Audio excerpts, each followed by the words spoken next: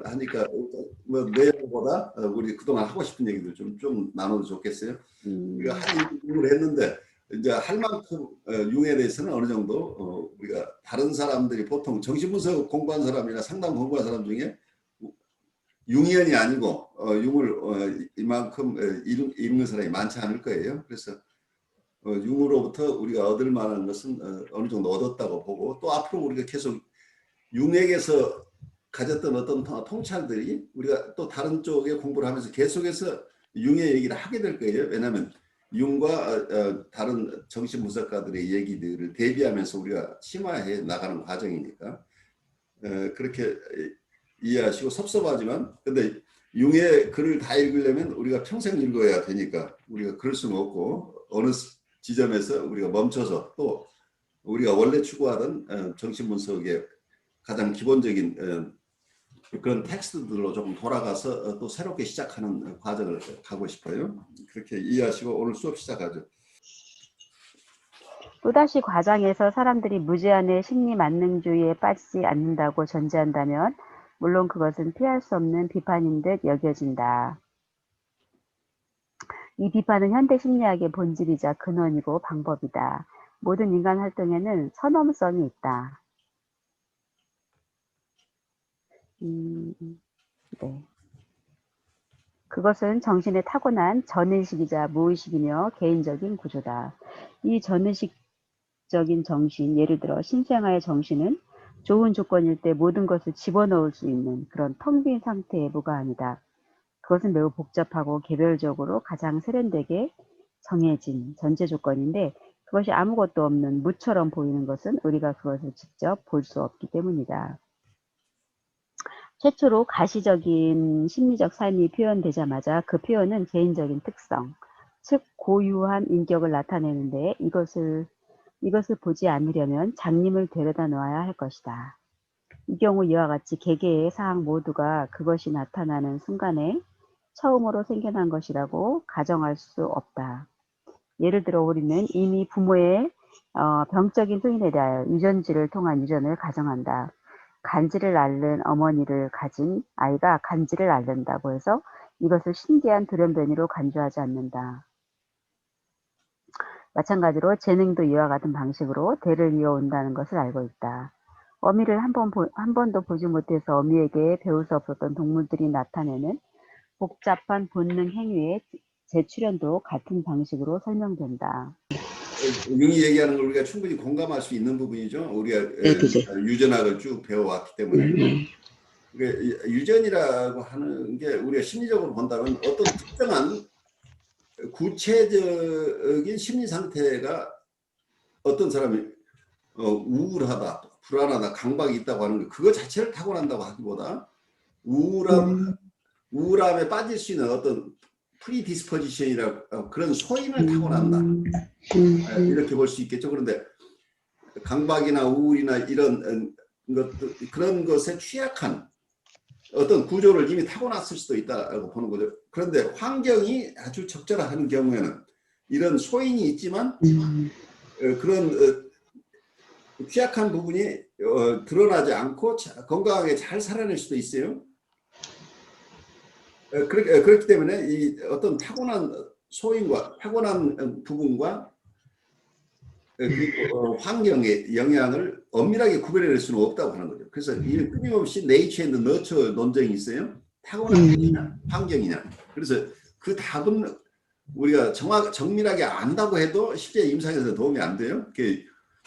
그 결과를 우리가 보고 거기에 어떻게 대응하느냐 문제죠. 가능성은 열어놓는 거죠. 근데 대부분 우리가 임상에서는 환경 중심으로 다룰 수밖에 없는 게, 타고난 부분이 있다고 할지라도 거기에 대한 언더스탠딩은 굉장히 중요해요. 여러분이 왜 중요하냐면, 아이가 힘들다고 한다면 이 아이의 타고난 어떤 부분도 있을 수 있다는 걸 전제하지 않으면 모든 책임이 양육자에게 돌릴 수 있죠. 그러면 여러분 역전이가 문제가 돼요. 이런 아이를 이 지경으로 만든 부모들은 도대체 어떤 사람이야? 라면서 부모에 대한 어떤 우리의 나쁜 정서들, 부모에 대한 굉장히 저지먼탈하고 판단적인 이런 정서를 우리가 쉽게 가질 수 있다고 하는 거죠. 그래서 이 부분에서 조금 중립성을 잃어버릴 가능성이 있다는 거죠. 이게 어떤 아이를 키우면서 부모가 환경적으로 잘못한 부분도 있을 수 있지만 또 아이가 가지고 있었던 어떤 타고난 소인 때문에 부모가 다른 아이 키우듯이 키울 수 없었던 또 입장이 있다는 얘기예요. 그래서 이 두 가지를 함께 볼 수 있어야 되겠죠. 그 과거에는 어떤 특히 심리학 쪽에서는 한쪽에서는 우리는 그냥 아무것도 없는 백지 상태로 태어난다고 주장하는 사람들이 있었어요. 그렇다고 한다면 거기에는 우리가 빈 도화지라고 한다면 거기에 어떤 그림을 그리거나 그리는 사람 마음대로라는 얘기죠. 그렇기 때문에 아이가 태어났을 때 이 아이를 어떤 아이로 키울 것인가는 양육자 마음대로, 어떤 사람은 체육 특기자로 키울 수도 있고 음악 특기자로 키울 수 있고 미술 특기자로 키울 수 있다고 하는 생각을 가진 분들도 있었는데, 그게 아마 여러분들이 임상적으로나 여러분 체험 속에서 그게 아니라는 걸 이해하실 거예요. 아무리 환경이 노력을 하더라도 어떤 분은 재능을 타고난 부분을 가지고 잘 되는 분이 있고, 그 타고난 재능이 없는 분은 주위에서 아무리 애를 써도 기대하는 것만큼 그렇게 능력을 발휘할 수 없는 부분도 있다는 거죠. 근데 사람마다 각자 타고난 게 다르다. 그래서 어쩌면 우리가 휴먼 포텐셜에 대해서 굉장히 중요시해야 된다고 하는 게, 이 사람이 가지고 있는 어떤 분이 가지고 있는 그 잠재적인 소질을 잘 알아봐주고 잘 키워주는 것이 얼마나 중요한 거예요. 근데 그 사람이 가지고 있지 않은 것을 있는 것으로, 그런 소질이 있는 것을 확대하고 계속 그 사람을 지원하게 되면 그 사람에게는 그게 고문이죠. 그러니까 좋은 뜻이 어떤 사람에게는 엄청나게 치매적인 상황으로 갈 수도 있다고 하는 거죠. 그래서 운이 좋으면 어떤 예를 들어서 부모가 이 사람을 음악 특기자로 키우고 싶다 했을 때 음악 공부를 계속 시켰을 때 어떤 아이는 이걸로 해서 대상할 수 있어요. 세계적인 음악가가 되는데 어떤 아이는 어느 지점까지 따라가는데 도저히 자기는 거기에 견딜 수 없는 지점까지 가버리죠. 그렇게 되면 그 아이에게서는 음악적으로 성공할 수 없을 뿐만 아니라 그로 인해서 굉장히 치매적인 정서적인 경험을 하게 되는 거죠. 우리는 오늘날 인간이 다른 동물들처럼 어떤 환경 아래에서도 미리 형성된 종에 따른 정신을 가진다는 점에서 다른 피조물 가운데서 결코 예외가 아니라는 가설에서 출발해야 한다. 그러한 정신은 더욱 정확한 관찰이 가리키듯이 분명히 가족적 예정 조건의 경향을 나타내고 있다. 우리는 이러한 규칙에서 예외적인 인간활동, 기능이 있으리라는 아무런 근거도 없다. 동물에게서 본능 행위를 하게 하는 소인이나 준비 태세가 어떤 모습인지는 전혀 알 길이 없다. 마찬가지로 인간이 인간적 양식으로 반응하도록 되어 있는 무의식의 심리적, 정신적 소인의 상태를 인식하는 것도 그만큼 어렵다. 그것은 내가 상들이라고 말한 기능 형식임에 틀림이 없다. 빌더라고 말한 기능 형식임에 틀림이 없다. 상이란 수행되어야 할 활동의 형식일 뿐만 아니라 활동성이 발생된 전형적인 상황도 나타낸다. 그러니까 이런 상들은 여기서 상이라는 말이 굉장히 다양하게 쓰였죠. 그냥 이미지라는 개념뿐만이 아니고 여기서는 그냥 우리가 상이라고 하면 이미지를 떠올리는데 레프레젠테이션, 표상이나 이미지 그런 의미뿐만이 아니고 여기서는 활동의 형식, 어떤 활동의 형식이라고 하는 개념과 또 활동성이 발생된 전형적인 상황도 여기서 상이라는 개념으로 쓰고 있는 거죠. 그래서 상이라는 개념을 하나의 용어를 굉장히 다양한 의미를 함께 담는 것으로 쓰고 있죠. 그래서 경우에 따라서는 우리가 상이라고 하는 것을 이데아의 개념하고 같이 쓰는, 원래 이 아키타입이라는 용어 자체가 이데아의 개념에서 나왔어요. 근데 우리 플라톤의 이데아의 개념에서 나왔는데 이데아 개념 자체가 우리가 보통 번역할 때 관념이라고 보잖아요. 이데아라고 하는 저희가 어떤 형이상학적인 관념, 형이상학적인 관념이나 그것도 어떤 면에서는 우리가 책상이 있다고 한다면 책상이 원형이 있다고 보는 거. 사람이 어머니가 있으면 어머니 원 관련 이데아가 어머니라는 이데아가 있다 이런 얘기를 했는데 그 얘기를 어쩌면 융이 아키타입이라는 것으로 바꿔서 얘기를 하고 있는데 그래서 어떤 어머니면 어머니의 어떤 활동상을 여기서 얘기를 하고 있는 거죠. 어머니는 어떻게 하는 사람이 어머니다. 그리고 또 전형적인 활동성이 발생 전형적인 상황, 그 모자 관계에서 드러나는 그 아이의 대상을 어머니라고 한다. 뭐 이렇게 또 얘기를 할 수 있겠죠.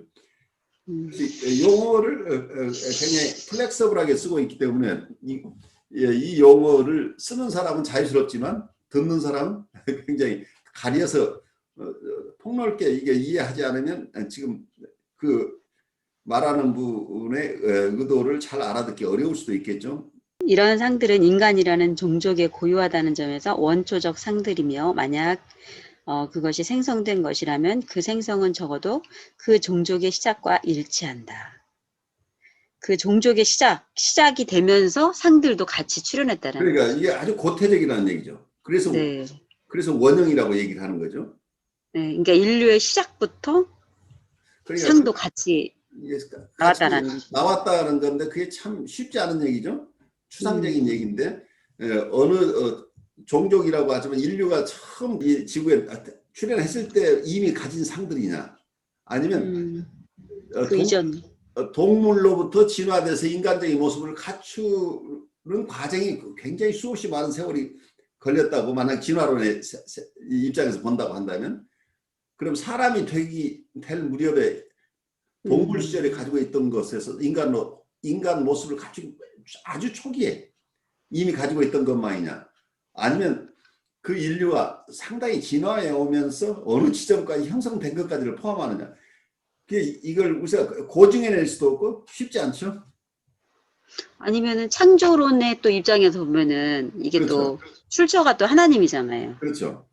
그러니까 또 하나님의 원형을 또 가지고 왔다고 볼 수도 있잖아요. 그렇죠. 그러니까 하나님이 하나님이 또 만드셨으니까. 하나님께서 만들어주신 그 원형이 있다고 네. 볼 수 있는 거죠.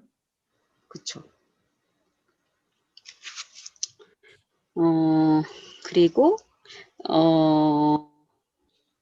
그것은 인간의 인간다움이며 인간 활동의 특수한 인간적인 형식이다. 그러한 특수한 방식은 이미 처음부터 유전질 속에 있다. 그것이 유전된 것이 아니라 각 인간에게서 새롭게 생겨난다고 가정한다면 마치 어찌 저녁에 진 태양이 아침에 뜨는 태양과 다르다고 하는 원시적 견해만큼이나 어리석은 것일 게다.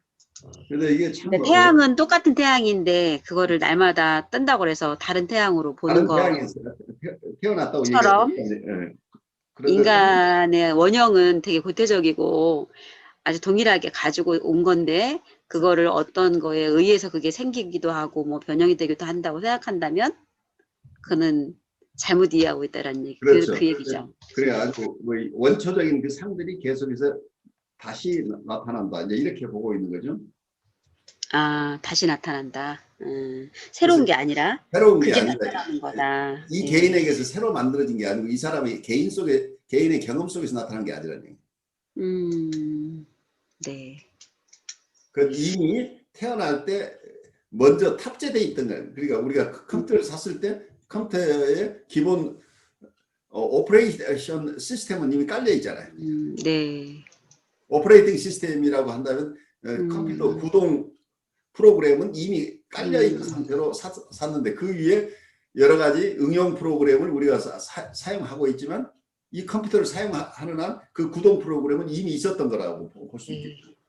네, 그런 쪽에서 얘기를 한다면 인간이 처음 인간이라는 사람이라는 종족이 이 세상에 출현했을 때 이미 가지고 있는 어떤 아까 얘기하는 활동의 형식이 이미 규정되어 있거나 그리고 활동성이 발생하는 전형적인 상황도 어떤 경우에 드러나는가 하는 것도 이미 장착되어 있는 상태로 이게 프리디스포지션이라고 볼 수 있는 거죠. 우리가 태어날 때마다 모든 애가 태어날 때 이미 원래 구동장치를 가지고 태어났다 이렇게 볼 수 있겠죠. 우리 몸을 하드웨어라고 본다면 이 몸이 태어나면서 이미 소프트웨어가 일정 부분 갖춰진 상태로 태어났다 이렇게 볼 수 있겠죠.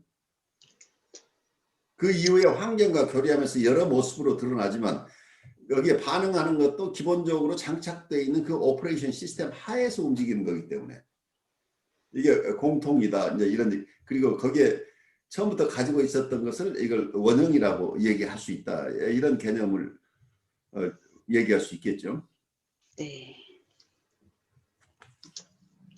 정신적인 모든 것은 미리 형성되어 있기 때문에 그것의 개별적인 기능들도 그러하며 특히 무의식적인 준비에서 직접 유려한 기능이 그렇다. 여기에 속하는 것은 무엇보다 창조적 환상이다. 환상의 산물 속에서는 원상들을 볼 수 있는데 특별히 여기에서 원형의 개념을 적용할 수 있다. 이런 사실을 처음으로 지적한 것은 물론 나의 공적이 아니다. 그 공로에 대한 칭송은 플라톤에게로 돌아가야 한다. 민족 심리학의 영역에서 보편적으로 널리 퍼져 있는 원초적 사고의 출현을 처음으로 강조한 사람은 아돌프 바스티안이었다. 그 후에 디르크하임 학파 출신인 후베르트와 마우스는 환상의 고유한 범주들에 관해 언급하였다.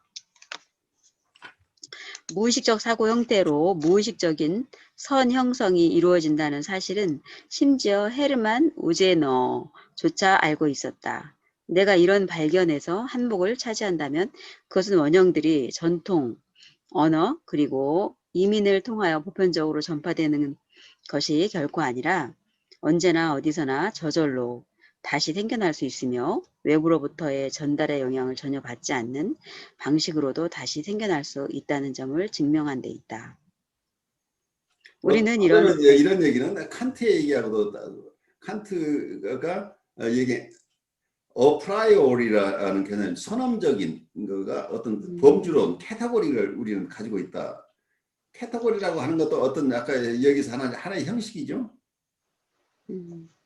그래서 우리가 사유를 하는 것 자체가 그냥 아무것도 없는 상태에서 되는 게 아니고 이미 타고난 어떤 카테고리 중심으로 생각이 일어난다. 라고 한다면 이 융의 얘기하고 크게 다르지 않죠. 그러니까 우리가 선언적인 것, 우리의 삶 안에서 우리가 체험해서 생겨난 것이 아닌 그 이전부터 이미 가지고 있는 것을 선언적이라고 얘기할 수 있겠죠. 개개인의 입장에서 본다면. 네. 그러면 그 교수님 옛날에 왜 그 unconscious fantasy에 대해서 배웠잖아요. 그래요. 무의식적 환상이라는 그 환상의 어떤 범주도 굉장히 막 넓고 다양하잖아요. 굉장히 다양하죠. 무의식적 환상. 그러면은 거기에서 말하는 이 환상도 어떻게 보면은 원형과 또 연결이 될 수도 있겠네요. 그러니까 같아요. 그게.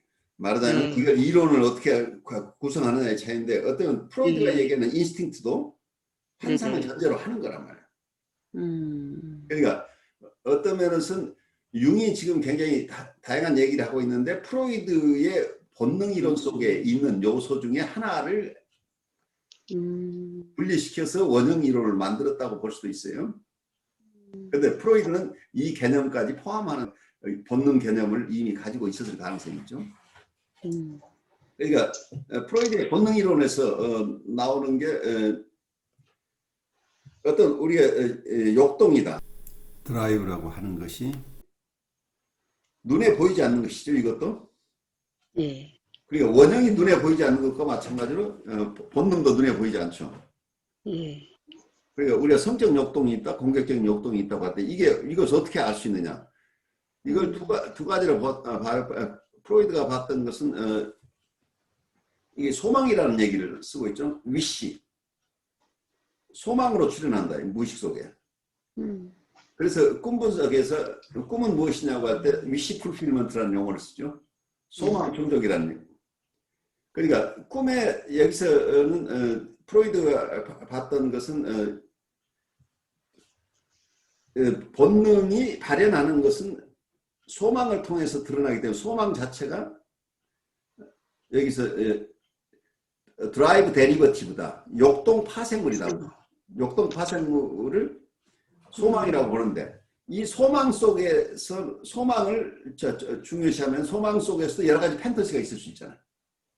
내가 내가 어머니를 만나고 싶다고 한다면 이미 이 소망 속에 판타지가 있잖아요. 원시적인 판타지들이.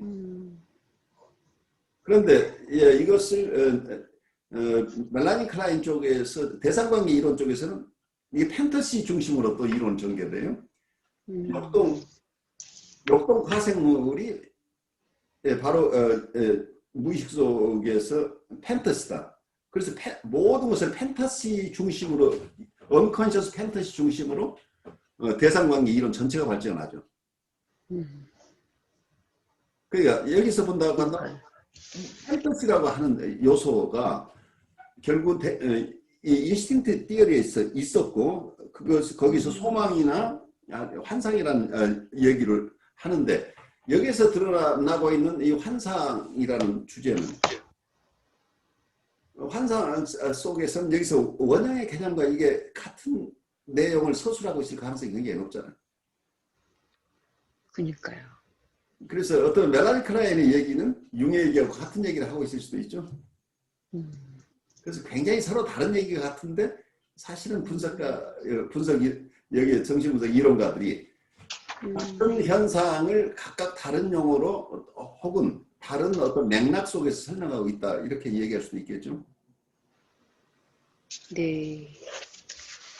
그래서 대상관계에서 나오는 풍부한 여러 이론들은 사실은 융식으로 얘기하면 여기에 원형들의 얘기들이죠. 나쁜 엄마, 좋은 엄마 계속 끊임없이 나오는 거죠.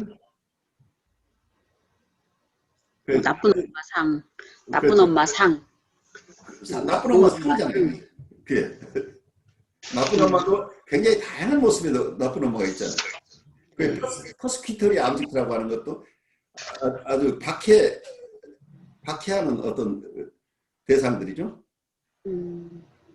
결국은 환상도 실은 어떤 그 환상을 만들어낼 수 있는 어떤 그 아까 뭐라고 그래서 활동성의 형식이라고 그랬나요? 그렇죠. 그 형식이죠. 그 형식이 있으니까 거기서 그런 환상이라는 내용물을 가질 수가 있는 거 아닌가요? 그렇죠. 그런 어떤 활동 형식이 이미 있다는 얘기예요. 그러니까 네.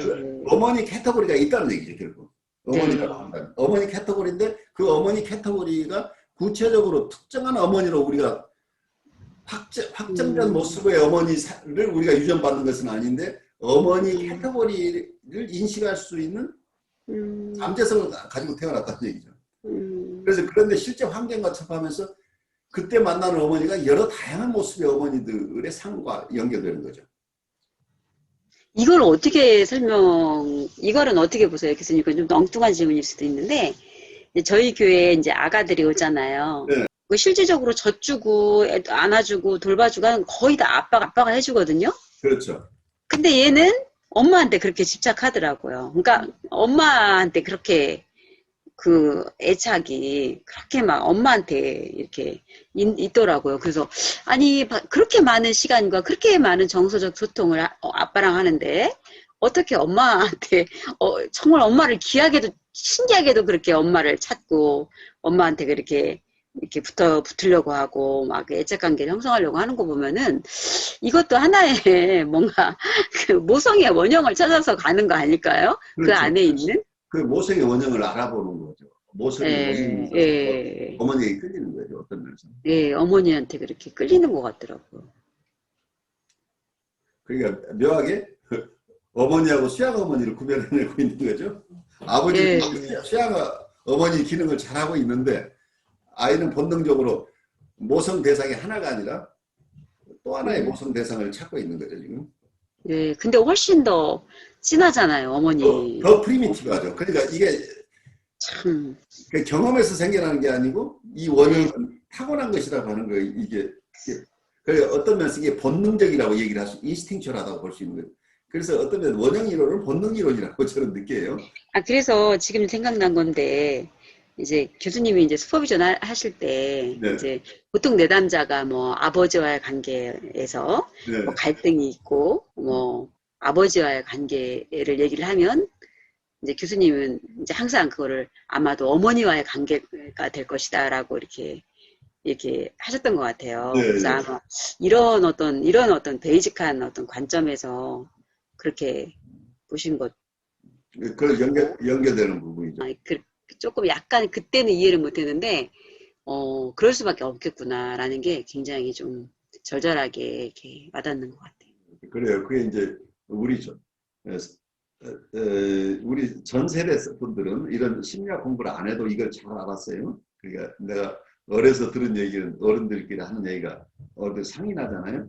그럼 그 집에 네. 옛날에는 식구들이 많으니까 여러 사람이 와서 공부를 해요. 네. 공부를 하는데 누가 가장 슬피 우는지를 들어보면 누가 가장 결핍이 많고 힘들어하는가 하는 것을 사람들이 다 알아요. 아이고 저 집에 셋째가 제일 힘들구나. 그러니까 거기서 어떤 자기 서름으로 온다고 대부분 그러죠. 자기 안에 힘들고 있는 부분이 전치된다는 얘기죠. 그러니까 다 부모님은 이런 슬픔은 다 있지만 그 서름에 자기의 서름이 더 합쳐지니까 더 많을 그게 더 많을 가능성이 크다. 그러니까 이해됐어요. 자기 것이 합쳐지니까 이 전이정서를 전이정서를 우리가 잘못 이해를 하면 엉뚱하게 네. 내가 실제 내가 지금 시어머니한테 내가 사랑해서 이렇게 서러운데 다른 얘기를 하게 되면 내가 지금 느끼는 정서가 가짜라는 얘기하고 하면서 내가 공감받지 못하고 어떤 면에서는 공격받는 느낌을 받을 수 있다는 많은 경우에. 그런데 조금 어려웠어요 그때는. 이게 좀 그렇죠. 안 와닿았어요. 이렇게 안 와닿죠. 예. 무슨 엉뚱한 얘기일까 이렇게 되는 네, 근데 지금 그럴 수밖에 없겠구나라는 걸 알게 돼요. 그래요. 그래서 많은 경우에 실제로 어떤 임상 아주 심한 우울증으로 가는 분들이 있어요. 근데 보통 자기 평생 오랫동안 사신 어머니가 돌아가셨는데 그렇게 어머니가 애절한 것도 아닌데 돌아가시고 나서 견디지 못하는 사람들이 꽤 많아요. 근데 어떤 경우에는 그 어머니는 돌아가셨는데 나중에 또 시어머니가 돌아가셨을 때 굉장히 또 이렇게 힘든 분들이 있어요. 이런 것들이 굉장히 과거와 그러니까 여기서 나온 원형들과 관련되는 이런 아주 강렬한 프리미티브한 정서들이죠. 원초적인 정서들이니까 이건 굉장히 강렬한데 이게 전이정서로 여기저기 드러나는데 그것을 이해하는 게 쉽지는 않아요. 저희 시어머니가 돌아가셨을 때 우리 딸한테는 할머니잖아요. 딸 그렇죠. 친구가 와가지고 한 번도 보지도 못한 우리 어머님 그 장례식장 와가지고 막 그렇게 통곡을 하는 거예요. 우리 딸 친구가. 엉엉 울고 난리가 나죠. 예. 그래가지고 막 주변 사람들이 뭐 쟤 왜 저러냐고 막 그랬는데 나중에 알고 보니까 자기 할머니 생각하니까 그랬다고 얘기를 하더라고요. 각자 자기 할머니 생각하니까 그거죠. 눈물이 나왔다고. 그 자기 안에 있었던 슬픔. 그러니까 자기 거죠, 말하자면. 자기 거죠. 자기 것이 드러나는 거죠. 그래서 이게 전이라고 하는 게 우리가 그냥 우리 일상 경험에서 잘 경험하지 못하는 것 같은데 우리가 의식이 조금 더 생기면 일상 삶속에서 계속해서 이 전이정서 속에 산다는 얘기예요. 그래서 맞아요. 이 전이정서를 잘 이해하는 게 얼마나 중요하냐면 사실은 불가에서는 우리 삶 전체가 이 전이라고 합니다. 그래서 우리가 한바탕 꿈을 꾸고 있는 것이라는 걸 이해를 해야 된다는 그래서 우리가 몽상이라고 하는 거죠. 그러니까요. 그러니까 그거를 이해 못하면 정말 자기 아닌 자기로 살아갈 것 같아요. 그렇죠. 그러니까 엉뚱한데 목숨 걸고 막. 그러니까 실제 자기는 그러니까 이런 표현을 써요. 내가 오늘 내 대청마루에서 편안하게 잠들어 있는데 꿈속에서 악당을 만나가지고 지금 계속 절벽에 지금 몰려가지고 뒤에서는 칼을 들고 덤비는 이 악당인데 자기는 어쩔 줄 모르고 거기서 지금 절벽에 뛰어내리면 죽을 것 같고 뛰어내리지 않자니 칼에 찔려 죽을 것 같고 이런 위기 상황이 있다고. 그렇죠. 이런 거 우리가 꿈꿀 수 있죠. 근데 꿈에서 딱 깨어나면 어때요? 일장춘몽이죠. 일장춘몽인데 지금까지 내가 가졌던 온갖 두려움이 다 하루아침에 사라지죠. 사라지죠. 그러니까 여기서 깨어남이라는 얘기예요. 근데 깨어남은 깨어남. 그러니까 그러니까 저는 답답한 게 이게 왜 그러니까 교수님 지금 방금 예를 들어서 말씀하셨는데 그 꿈과 같이 사냐는 거예요. 꿈을 그 꿈에서 나타나는 그거처럼 왜 못 깨어나고 사냐는 거예요. 그러니까 그것이 우리가 깨치지 못하는 삶, 이게 중생의 삶이라고 하는 이유가 그거라는 얘기예요. 우리가 그것을 음, 잘 이해하지 못하고 정서적으로도 그 어떤 굴레에서 벗어나지 못하고 사니까 우리가 끊임없이 번뇌 속에 산다는 얘기예요. 근데 내가 꿈에서 깨어나고 나면 나는 지금 원래 편안하게 나는 내가 한 장소도 옮긴 적이 없이 내가 아주 좋은 아주 시원한 대청마루에서 내가 자고 있는 나로 돌아왔단 얘기예요. 그럼 나는 원래 그 지구에 하나도 없는 사람인데 내가 꿈속에서 그 고생을 했었다는 얘기죠. 이제 이런 얘기들을 하는 건데 또 그래서 우리를 삶을 전체를 다 꿈이라고만 보는 게 아니고 이런 현상을 깊이 이해하면은 대상들을 내가 투사해가지고 내 서름으로 사람들을 보는 게 아니라는 얘기예요. 그러면 저 사람이 실체가 보인다는 얘기예요. 우리는 이런 확인이 미치는 영향을 과소평가해서는 안 된다. 비록 무의식적이지만 활동적인, 즉 생생한 준비태세, 형식들, 플라톤적인 의미의 이념들이 모든 사람의 정신에 내재하며 그의 생각과 느낌, 그리고 행위를 본능적으로 미리 형성하고 영향을 준다는 사실이 갖는 의미는 결코 적지 않다. 나는 원형들이 내용상 결정되어 있다는, 말하자면 일종의 무의식 표상들이라는 오해를 되풀이해서 접하고 있다. 그래서 원형이나 내용상이 아니라 다만 형식상으로 결정되어 있다는, 그것도 제한적인 방식으로 결정되어 있다는 점을 다시 강조해야겠다. 근데 이 말이 굉장히 어려운 말이죠. 알아듣기 어려운 말이죠. 그러니까 어머니라는 구체적인 상을 우리가 가지고 태어난 게 아니라는 얘기죠. 그래서 교수님이 말씀하시기 전에 제가 오늘은 예습을 했거든요. 아, 그래요. 오케이.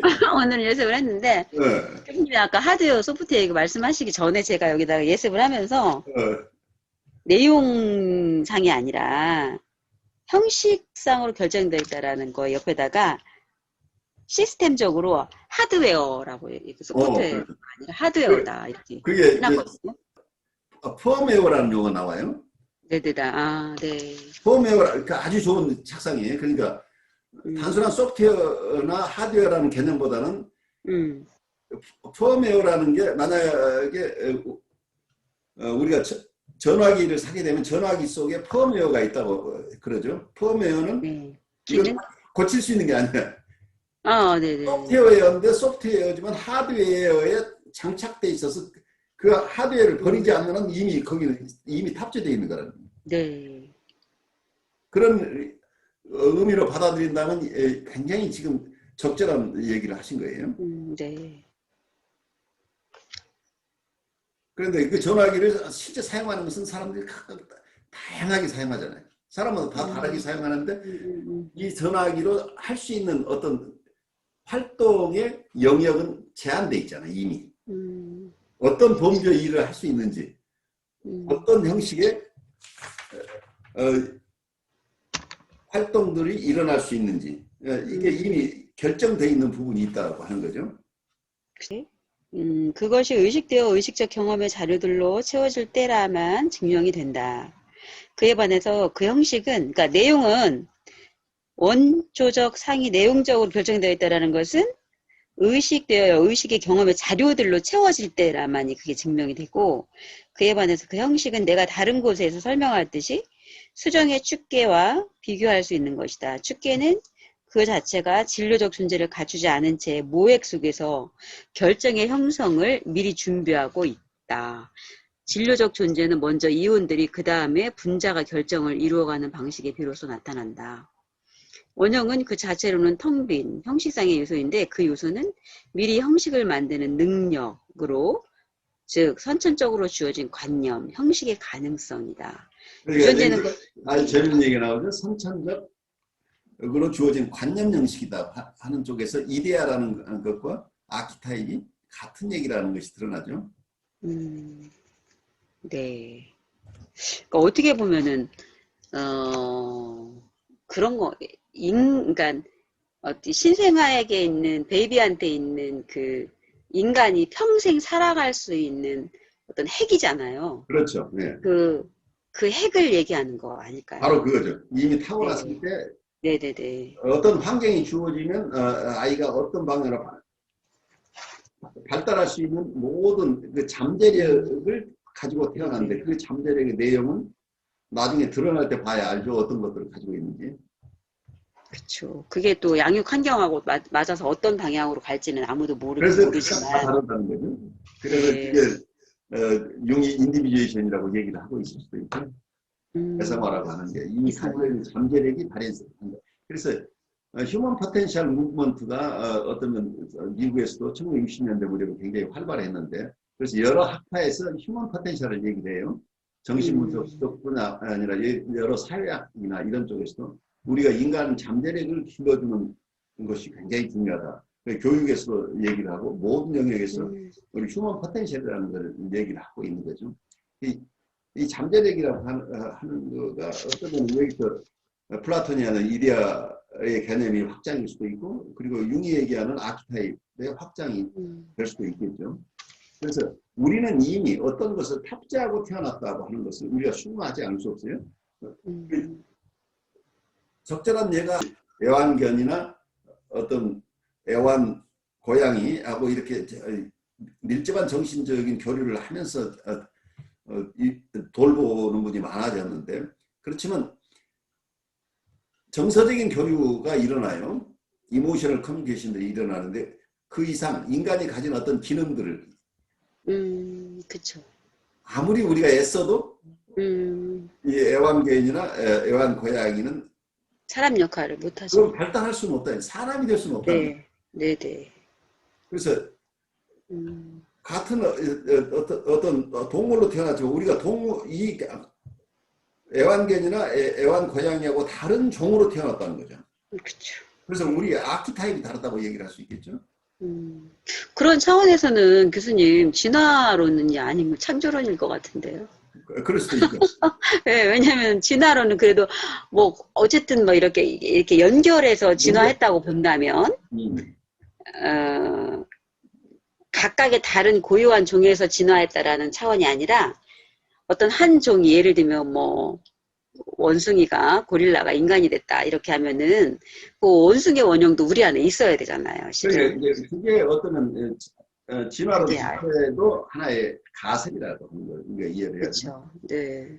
잘 몰라요. 그러니까 창조론, 진화론 두 개가 있는데 둘 다가 완전하지 않을 수도 있고 우리가 알 수 없는 거죠. 그러니까 진화론 입장에서 보면 모든 화석을 보면 다 연결되는 것으로 해석이 돼요. 이미 내가 이런 개념을 가지고 있기 때문에. 그래서 우리가 임상에서도 마찬가지로 진단을 우리가 내리는 순간 이분은 이런 성격 장애를 가지고 있어라고 한다면 그 성격 장애에 대해서 DSM이 규정하고 있는 내가 공부한 것만 눈에 다 띄어요. 그러다 보니까 다른 증거들은 많이 차고 넘쳐도 그 증거들은 잘 보지 않고 내가 이미 가지고 있는 관념에 걸맞는 것만 취사 선택할 가능성이 있다. 이 사람을 그래서 어떠면 우리가 가지고 관념이 여기서도 아까 얘기하는 거죠. 산을 바라보는데 내가 가진 산을 이해하는 거니까 내가 가진 이해의 틀 속에 대상을 가둬버린다는 얘기예요. 대상을 있는 그대로 보지 못한다는 얘기죠. 그래서 진화론 관점에서 계속 어떤 자료들을 모으는데 그 자료들 자체가 진화론의 퍼스펙티브에 맞는 것만 고르기 때문에 그 진화론으로서 설명할 수 없는 부분에 대해서는 자료가 충분하게 드러나지 않을 수도 있죠. 그래서 알 수 없는 영역이죠. 알 수 없네요. 그래서 어떠면 이렇게 창조하지 않고 이게 가능하겠느냐. 단세포 동물에 정말 이게 진화가 될 것이냐 하는 의문을 제기해 볼 수 있겠죠. 그런데 어떤 우리가 검증할 수 없는 것은 다 비과학적이라고 이렇게 서양 사람들이 얘기를 하니까 근데 창조를 증명한다는 것은 불가능하잖아요. 그러니까 아까 얘기대로 진화론 하나만이 진리인 것처럼 이렇게 얘기가 될 수밖에 없는데, 그래서 또 어떤 분은 진화론과 창조를 절충해서 하느님이 우리를 창조할 때 진화하도록 처음부터 만들었으니까 그것도 결국은 창조다. 이제 이렇게 또 이해하는 분이 있는 것 같아요. 진화 자체가 어쩌면 처음에 계획 속에 있었다고 이제 이렇게 이해를 하려고 하는 분들이죠. 그래서 쉽지 않은 거죠. 그러니까 어쩌면 원숭이하고 사람이 유전자만 가지고는 굉장히 큰 차이가 없다고 얘기를 할 수 있어요. 근데 원숭이를 사람을 만들어낼 수 있느냐? 얼마나 과학이 발달하면 우리가 원숭이를 사람으로 만들어낼 수 있느냐?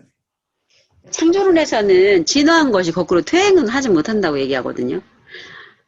그러니까 예를 들면 이제 원숭이에서 고릴라에서 인간이 됐으면 진화를 한 건데 인간에게서 다시 고릴라가 되진 않는다라는 얘기죠. 그러니까 그렇다고 본다면 이제 같은 지금 고릴라도 있고 원숭이도 있고 인간도 있잖아요. 이 자체가 말이 안 된다 또 이렇게 얘기를 하거든요. 왜냐면은 진화를 했다라는 거는 굉장히 디벨롭먼트 한 거잖아요. 그러니까 그렇죠. 더 나은 것으로 발전했다라는 건데 그게 지금도 여전히 그런 발전하지 않은 종이 있다라는 거는 말이 안 된다는. 그렇죠. 그렇게 쉽게 설명할 수 없는 거죠. 그렇게 그 창조론에서는 또 그렇게 얘기도 하고 하여튼 그러니까 일단은 교수님 말씀은 이거잖아요. 그러니까 뭔가 내가 확정 지어 놓고 시작을 할 때는 우리가 막힌다. 그렇죠. 편협되게 생각할 수밖에 없다. 그러니까 열어놓고 순수하게 바라보는 게 필요하다라는 거죠. 그게 우리가 임상적인 태도죠. 항상. 그러니까 우리가 많은 경우에 우리가 자료 때문에 내담자를 만났을 때 그 전에 메디컬 기록을 보기도 하고 하지만 거기에 매이지 않고 새롭게 이 사람을 있는 그대로 보는 훈련이 굉장히 필요해요. 메디컬 진단을 보면 어떤 분들은 심한 분은 온갖 병명이 다 있는 경우도 많아요. 정동장애에서부터 시작해서 우울증, 강박, 또 정신분열, 이런 바이폴라 온갖 것이 다 있는데 메디컬 쪽에서 사람들을 진단하는 시간은 굉장히 짧은 시간에 진단하잖아요. 일단 내담자가 오면 무슨 약을 처방해야 되는 약을 처방하기 위해서는 무슨 진단명이 있어야 돼요. 근데 이분들이 지금 미국 시스템 같으면 어떤 사람이 와서 바로 컴퓨터에 입력하면서 처방까지 약물까지 주는데 걸리는 시간이 10분 내에 일어날 수도 있어요. 근데 특히 퍼스널리티를 어떻게 이렇게 체크할 수 있겠어요? 그래서 그 내담자들 그 진단받아온 병명들을 보면은 확실하지 않아요. 확실할 수가 없잖아요. 예, 예를 들면 조울증이다도 아니에요. 그냥 조울 성향이 있다. 그러니까 그리고 이렇게 조현병으로 가는 전구 증상 강박증이다. 이렇게 약간 강박증이라고도 안 하고 강박 성향이 있다. 이런 식으로 해가지고 약간 되게 그 피리오드를 안 찍더라고요. 이거다라는. 피어는 찍을 수 없는 거죠. 그게 어떤 면에서 그분들이 할 수 있는 제한된 시간 내에서 할 수 있는 거가 정직한 거죠. 그게. 예. 그런 의미가 있었네요. 그래요. 그래서 미국에서도 계속 이제 어려운 것들이 메디컬 시스템 속에서는 진단이 바로 나와야 되는데 그 진단이 보통 퍼스널리티에 대한 진단까지 할 수는 없다는 얘기예요. 사실은. 그래서 그 비욘도 항상 항상 아무것도 모르는 그렇죠. 것처럼 세션을 시작하도록 하고 항상 오라는 것을 통해서 여지를 좀 남겨두고 그랬던 것 같아요. 실제로는 비혼의 얘기는 굉장히 중요한 얘기예요. 그래서 우리가 임상 경험이 많으면 많을수록 비혼의 얘기를 알아들어요. 그러니까 다른 사람이 진단한 것에 매이는 것이 문제가 아니라 내가 가지고 있는 이 사람에 대한 선입견이 문제예요. 그러니까 이 사람은 이런 사람이야라고 우리가 강고하게 믿어버리면 이 사람은 더 이상 볼 수 없다는 얘기예요. 그래서 너무 난 슈퍼비전 하거나 할 때도 너무 많은 기록을 가져오는 걸 별로 좋아하지 않아요. 실제로 내담자하고 관계에서 느끼고 있는 정서나 전이나 역전이가 이렇게 생생하게 나와야 이게 슈퍼비전이 되는데 너무 실제로 많은 내용 그건 너무 거기에 매여버리니까 플렉서블하게 사랑을 볼 수 있는 힘들이 약하다. 원래 진리는 문자로 나타낼 수 없다고 하는 분리 문자 얘기가 맞아요. 아무리 논리적으로 글을 써도 그 내용으로는 실제 사람을 담아낼 수 없다는 거죠. 네. 그것도 방편이니까 필요하긴 하지만 너무 거기에 매이지 않고 좀 자유스럽게 항상 내가 보는 견해가 지금까지 내가 이렇게 생각했는데 오늘 보면서 내가 다른 현상이 있을 때 그 현상들을 있는 그대로 받아들이면서 나를 수정해 내 퍼셉션을 수정할 필요가 있는지를 항상 그 가능성을 열어놓고 있어야 이분을 장기적으로 볼 수 있다는 얘기죠. 왜냐하면 이분들은 많은 경우에 디펜스 시스템이 강하기 때문에 처음부터 자기 모습을 드러내지 않는다는 얘기예요. 점차적으로 이분의 새로운 것들이 나오는데 내가 새로운 것을 수용할 만큼 플렉서빌리티가 없다고 한다면 이분은 어느 시점에서 답답해서 더 이상 우리하고 얘기를 할 수 없는 상황이 되어버리겠죠. 그렇죠. 네.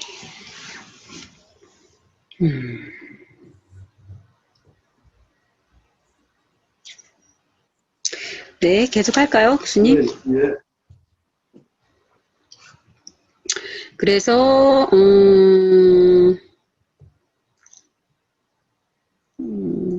유전되는 것은 관념들이 아니라 형식들이며 마찬가지로 이것은 이런 관점에서 형식상 결정된 본능에 바로 해당한다. 원형 그 자체의 존재와 마찬가지로 본능도 구체적으로 활동하지 않는 한 그 존재를 증명하기 어렵다. 형식의 특정성을 수정 형성과 관련지어 비교하는 것은 그 축을 이루는 체계가 단지 입체의 기하학적 구조를 결정하지 개별 구성의 구체적인 모양을 결정하지 않는다는 점에서 설득력이 있다. 그 하나하나의 수정은 클 수도 있고 작을 수도 있는데 그 표면이 여러 가지로 다르게 이루어지거나 수정이 서로 뒤섞여 자라기 때문에 그 모양이 다양할 수 있다. 다만 변하지 않는 것은 원칙적으로 불변의 기하학적 관계를 고수하고 있는 축계이다. 그것은 원형에서도 마찬가지다. 원형은 원칙적으로 명명될 수 있고 변하지 않는 의미의 핵을 가지고 있다. 그러나 이것은 항상 원칙적으로만 그러하며 구체적으로 나타나는 양식은 결코 결정하지는 않는다. 예를 들면 모성 원형이 어떻게 경험적으로 나타나는가 하는 것은 원형만으로 유도되는 것이 아니라 다른 요인들의 근거를 두고 있다. 여기서 제가 생각나는 게 네. 원형이라고 하는 거가 내가 중학교 때 생물 시간에 이런 얘기를 들었던 것 같아요. 그때 그게 인상이 남아서 지금도 기억이 나는데 식물들이 자라는데 나무잎이 자라날 때 나무가 자라는 각도가 일정하다. 그 나뭇잎이 그 가지에서 어떤 각도로 잎이 나오는지가 그러니까 이것은 결정돼 있다. 각도. 그래서 그때 그게 그냥 이렇게 저렇게 잎이 나는 것 같은데 그게 일정하게 그 각도가 돼 있다고 하는 것은 지금 얘기로 아까 말씀한 창조론에 가까운 생각이 드는 이게 누군가가 디자인하지 않고 이게 가능하겠느냐. 한 나무가 아니고 모든 나무가 그렇다고 한다면.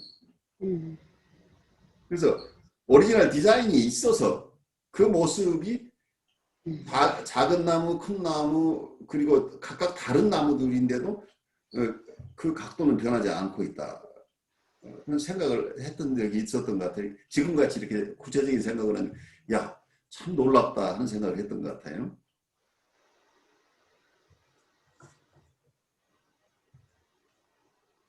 인간의 모습을 하려면 이렇게 눈, 코, 입, 콧구멍은 2개, 눈동자 뭐 이렇게 해가지고 이렇게 갖춰서 나와야 되는 어떤 그런 거하고도 좀 그렇죠. 비슷해요. 우선 기본적인 얼개가 나오죠. 기본적인 네. 얼개는 같은데 그렇다고 얼굴 다 외양이 다르잖아요. 다르잖아요. 인물은 또 다 다르잖아요. 그러니까 구체적인 컨피그레이션, 전체적인 얼개라고 얘기를 할거 이 툴 자체는 네. 합적돼 네네. 있다는 얘기예요. 사람의 네. 모습은 이런 거야. 그런데 구체적인 사람은 그때그때 영양 상태나 태어날 때 부모님의 영양 상태를 여러 가지로 봐서 어떤 큰 아이도 있고 작은 아이도 있지만 그렇지만 그 형 자체는 똑같다. 네. 그래 이게 만약에 정신 쪽에서 마찬가지라고 보는 경우에요. 음. 정신 안에도 여러 가지 사유를 할 수 있고 생각할 수 있고 판단할 수 있고 센싱할 수 있는 이런 잠재 가능성들을 이미 장착된 채로 태어난다. 이건 누구나가 갖추고 있다는 거예요. 이게 원형이라는 개념으로 지금 사용하고 있는. 단지 우리의 심리적인가 정신적인 것은 눈에 보이지 않기 때문에 우리가 아까처럼 블랭크로 태어난다. 아무것도 없는 거다라고 우리가 무시할 수 있는데 그렇지 않다. 눈에 보이지 않지만 이미 우리는 많은 부분이 형성되어 있는 상태에서 태어났다는 얘기예요. 유전이라고 하는 것은 이미 선언적으로 내가 경험하기 이전부터 나는 형성되어 있는 부분이 있다는 얘기잖아요.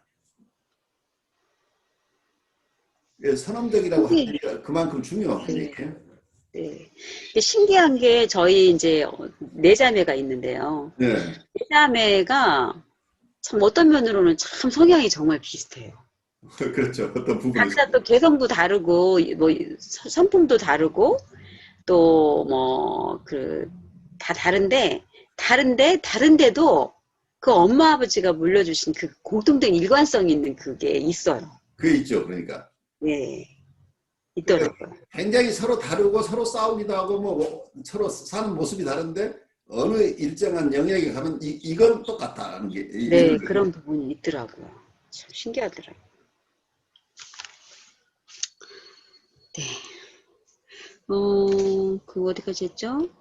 그 하나하나의 수정은 클 수도 있고 작을 수도 있는데 그 표면이 여러 가지로 다르게 이루어지거나 수정이 서로 뒤섞여 자라기 때문에 그 모양이 다양할 수 있다. 다만 변하지 않는 것은 원칙적으로 불변의 기하학적 관계를 고수하고 있는 축계이다. 다 했던 것 같은데? 네, 다 했어요. 네, 여기까지. 모성 원형이거든요. 모성 원형은 어떤 면에서는 우리가 오늘 여기서 마무리하고 그동안 좀 느꼈던 얘기를 좀 하면 좋을 것 같아요. 마지막 시간이라 그런지 모르겠지만 네. 이 부분이 제가 예습을 해서 그런 것 같아요. 그래. 재밌어요? 오늘 부분이 제일 많이 이해됐고 어떻게 보면은 원형에 대한 이렇게 원형에 대한 마무리로서 좀 쉽게 정리가 된 패러그래프였던 것 같아요. 본문이었던 것 같아요. 지난 1년간 정말 잘 들리지 않았던 것들이 이제 와서 조금 여기서 수정의 축이 끝낼 때 되니까.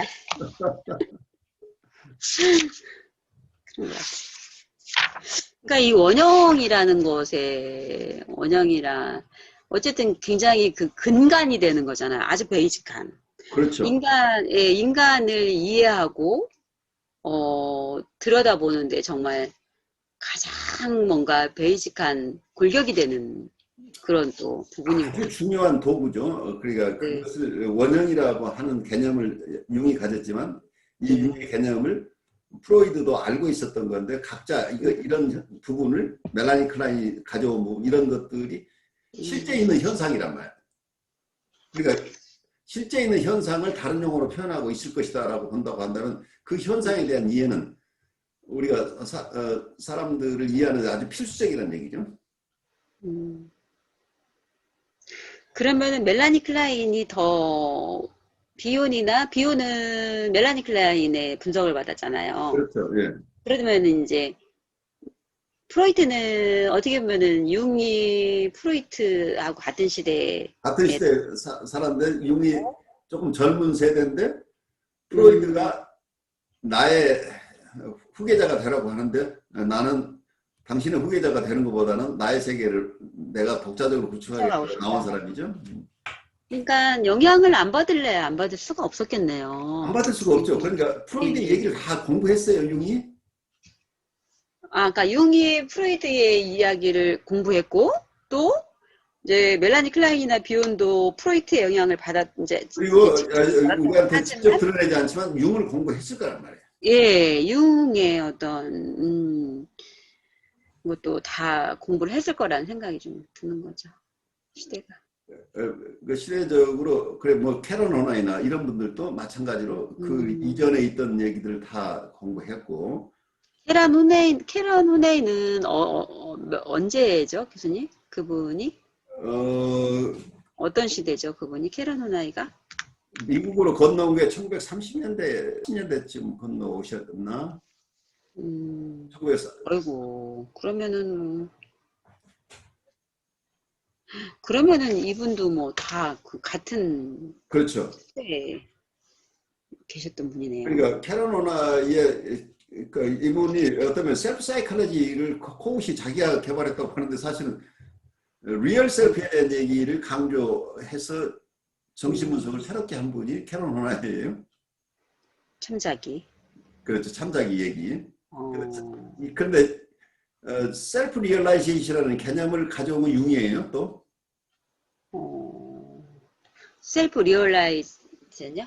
그러면은 자기 실현이라고 하는 것. 자기 실현. 그러니까 태양 아래에 새로운 게 없단 말이에요. 서로 영향을 주고 받은 거죠. 그러니까 후대의 사람들은 그 전대의 사람들로부터 많은 인사이트를 받았는데 어떤 분들은 그것을 나는 어떤 분에게서 영향을 받았다, 도움을 받았다고 잘 얘기하는 분이 있는가 하면 그런 얘기를 잘 안 하고 자기 독자적인 생각인 것처럼 이렇게 하는 분들이 꽤 있었는데 그중에 이제 대표적으로 조금 비난을 받은 분이 위니카시예요. 위니카도 그래요? 그러니까 맞아요. 위니카 또 트루 셀프 얘기를 굉장히 많이 한 사람이죠. 맞아요. 예. 그런데 거의 코웃이 또 셀프 사이클러지 여기서 셀프 얘기를 하고 있죠. 그래서 마치 셀프는 자기가 발견한 것처럼 이렇게 얘기가 됐는데 이미 아주 오래전부터 셀프를 중심으로 한 이론들이 굉장히 오랫동안 형성되어 온 것. 그 중에서 자기가 중요한 것들을 추려서 새로운 이론을 나름대로 잘 발달시킨 건 좋은데 나는 프로이드 이외에 다른 사람으로부터 영향을 받지 않았다는 식으로 이렇게 얘기가 되니까 굉장한 또 비난을 받은 거죠. 누가요? 위니카시요? 아 저기 코카시요? 코웃이. 그래서 어떤 코웃이 자기 인정받고 싶은 욕구, 어떤 묘한 게 어떤 이론들은 각자 자기의 삶 속에서의 고뇌를 해결하는 방법이었을 가능성이 높다는 얘기예요. 네, 그런 것 같아요. 그러니까 자기애성 성격 장애나 자기애성 인격 장애를 끊임없이 공부할 수밖에 없었던 코웃의 입장은 이분이 평생 그 영역에서 취약한 부분이 있었기 때문에 다른 사람들이 가지고 있는 그 지점을 정확하게 이해할 수 있는 또 힘이 된 거죠. 그래서 코웃은 굉장히 자기애적인 부분이 많은 거죠. 그러니까 자아심리학자로서 굉장히 인정받던 사람인데 끊임없이 자기 이론을 세우면서도 자아심리학으로서 도태되지 않기 위해서 자아심리학자로부터 자기가 비난받지 않기 위해서 굉장히 애를 써요. 마지막에 자기가 건강상의 문제가 생겨서 더 이상은 오래 살기 어려웠다고 할 때 그때 독립선을 해요. 보통. 그 이전까지는 가능한 한 모든 사람이 추앙을 받으면서 그 그룹 속에 있고 싶어 했던 거죠. 자기 했던 리드가 굉장히 강했던 분으로 보여요. 그렇지만 그 개인적인 어떤 입장이 어떤 면에서는 잘 승화돼서 훌륭한 업적을 남겼다고 보는 측면에서 그분이 뭐 비난을 받거나 그럴 성질의 것은 아닌데 그분은 그런 삶을 살면서 이런 업적을 이뤘다. 우리가 이렇게 긍정적으로 보면 어떨까 싶어요. 그러니까요. 그거를 승화시켜가지고 극복을 해냈잖아요, 자기. 그렇죠. 아까 뭐, 예, 승화시킨 것 같아요, 교수님. 거기서 완전히 자유롭지는 못한 것 같아요. 그래서 자유롭지 못한 네. 네, 왜냐면 승화시킨 거지, 예, 자유롭지는 못했던 거예요. 왜냐면은 그 코웃의 책을 그 뒤에 했잖아요. 절절히 너무 자기애적인 것이 숨어 있더라고요. 숨어 있죠. 네, 그래서 마지막까지도 사람들로부터 내가 얘기하는 엠퍼티, 공감이라고 하는 것은 자심약자들이 그것을 어긋나는 게 아니다. 난 여러분과 같이 지낼 수 있는 사람이라고 나를 오해하지 말아달라고 호소하는 연설을 해요. 돌아가시 얼마 전까지만 해도. 그만큼 한쪽에서는 동료하고 싶은 욕구가 있고 또 한쪽에서는 남들로부터 축출당하지 않고 큰 그룹 속에서 같이 있고 싶은 욕구가 굉장히 강했던 분이죠. 그래요. 이제 네, 감사합니다. 어쨌든 용을 일단 우리가 1년 넘게 이렇게 공부를 했는데 오늘 마무리하면서 용 공부하면서 우리가 다시 정신분석의 가장 기본적인 부분으로 다시 돌아가는데 가을 학기에 찰스 브랜너의 책으로 가면서 이고 사이칼리스트들은 어떻게 보고 있는가. 그래서 굉장히 대척점에 있는 이론들이죠. 대척점에 있는 이론들을 공부하면서 이때 융의 얘기들을 다시 비교하면서 하게 될 거예요. 그래야 이제 이고 사이칼리스트 입장을 조금 더 선명하게 이해할 수 있게 되지 않을까 싶어요.